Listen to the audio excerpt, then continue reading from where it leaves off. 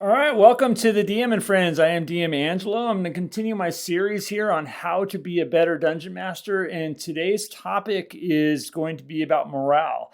I recently did a video about more of the mechanics of it, and this video that I want to do, that I'm doing, is going to be more about when you should do morale and why I think that it's kind of a lost art and a tool that dungeon masters should have. Because here's the truth: if every monster fights to the death, your combat is going to drag, and your world's going to feel fake, and your players are going to stop thinking tactically. Morale is how fights end correctly. It's not just when hit points hit zero. So the big lie about combat is somewhere along the lines. A lot of DMs pick up a bad habit that every fight should stop when one side is dead, and that's not realistic, and that's, in my opinion, that's not very interesting either, and it definitely is not old school D&D. So most creatures do not want to die. They want to survive. They want to get paid. They want to protect their territory. They want to scare off intruders. Death is usually the worst outcome and not the goal. So morale, what it actually represents is not courage. It's not bravery. It's the willingness to keep fighting. It answers one simple question: is this still worth it? When the answer says no, the fight's going to change, and they will retreat. They'll surrender. They'll scatter. They'll barricade. They'll beg. They'll flee and warn others. That's gameplay. Just remember that. Why fights drag on without morale? Here's what happens when you ignore morale. Combat is going to last way too long, and every encounter is going to feel the same. Players are just going to grind enemies one by one. Tactical choices are really going to stop mattering. And worst of all, combat is going to become super predictable. Situations are going to become predictable. Players will stop asking, the questions to each other. Even, can we break them? Or and when you bring in morale, they're going to start. Take it back.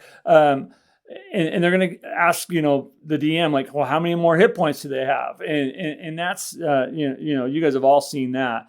And that's boring. That is super boring. So morale is going to make combat more dynamic. And when morale is in play, combat is going to have phases, right? Opening clash, momentum shift, panic's going to set in, and decisions are going to matter. Suddenly, players will care about things like killing the leaders, flanking, intimidation, cutting off escapes. If they're making noise or not.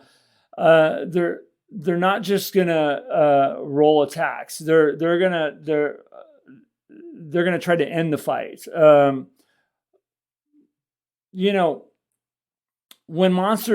When should you check monster morale? Okay, this is key right here.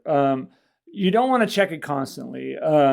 You roll morale when something changes. And I talked about the mechanics of morale. Maybe I'll put a little thing up there for my video. But check it when something changes, major changes in combat. Like when a leader dies, or half the group is down, or a terrifying spell goes off, or a monster's wounded badly, or reinforcements don't come. That's when you want to check morale. And those are the key kind of 2 points where you want to use that mechanic to find out whether they stay or not, or what they do. Most monsters should break. Let's be clear, super clear about this. Most monsters should not fight to the death. That's going to include monsters like bandits, mercenaries, goblins, guards, cultists, animals, humanoids with families, paychecks, self-preservation. If the fight turns against them, they're going to run. And that's not weakness, it's intelligence. So here's the flip side of that. When should monsters fight to the death, and what kind? These are the exceptions right here. So undead, obviously, constructs, super fanatics with absolute faith, summon creatures that have no escape, guardians bound by magic or oath, or even, sometimes creatures that are defending their young, or sacred ground, but even then, make it clear why they don't break. Players should feel like, oh, these things will not stop. And that contrast is going to matter. So telegraph your morale through behavior. You don't have to always say, well, they fail morale, show it. They get nervous, or they shout orders, or there's hesitation, or backing away, dropping their weapons, screaming for retreat. Players are going to pick up on that pretty fast. And you don't just say, oh, they break morale and everybody cheers. Not saying that you have to be an actor, but bring up those kind of key hints. And I think you'll find that is going to add some flavor. And once they do, morale becomes another level that they can pull. So morale is going to create better endings than slaughter. Here's the real payoff for morale. Morale is going to create aftermath for you and for the party. When enemies flee, they're going to do things like they're going to warn others. They're going to spread rumors. I've talked a lot about rumors, and they're going to seek revenge, which is a great hook. They're going to it's going to create consequences. A fight that ends with survivors does more for your campaign than you could possibly imagine.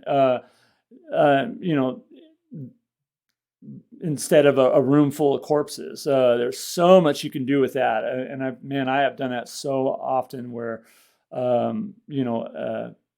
an adversary will come back, and for revenge, and that's a key thing that you want to do in your game.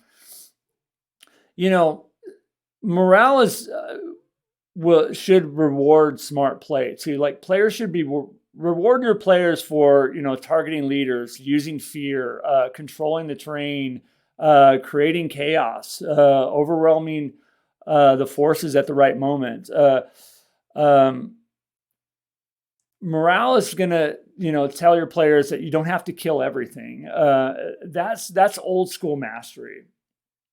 So what I actually do in my games for morale is, this is my practical approach to it. I ask myself, are these creatures trained? Are they confident? Are they trapped? What do they have to lose if they do stay?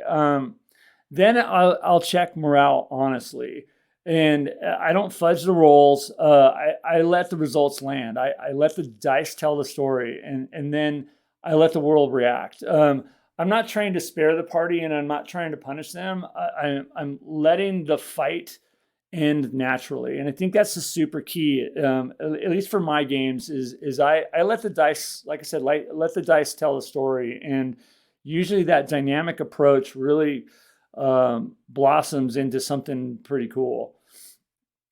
So morale is going to keep your fight fast and dangerous. Here's kind of the irony of that. Morale makes combat shorter, scarier, more tactical, because players are going to know if they screw up, enemies won't politely die. They'll regroup, they'll adapt, and they'll come back later. And that tension, I think, is gold. All right, you guys. Well, my final thought on this, combat isn't about killing everything in the room. It's about breaking resistance, and morale is how you end fights cleanly. You keep pacing tight. You teach smarter play, and it makes your world feel way more alive. And if your monsters are always going to fight to the death, ask yourself why. As a dungeon master, ask yourself, well, why would they fight to the death? And I covered that a second ago, but those are questions you should ask yourself, because everybody just always, bing bang boom. It gets monotonous and boring. All right, well, that's my take on morale. I would love to hear in the comments on how you use morale and what triggers it for you. It's definitely a tool that dungeon masters should have, and if you want to have a dynamic game, use morale. All right, well, you guys like, subscribe, and all that good stuff. All right, until next time, take care, everyone. Bye-bye.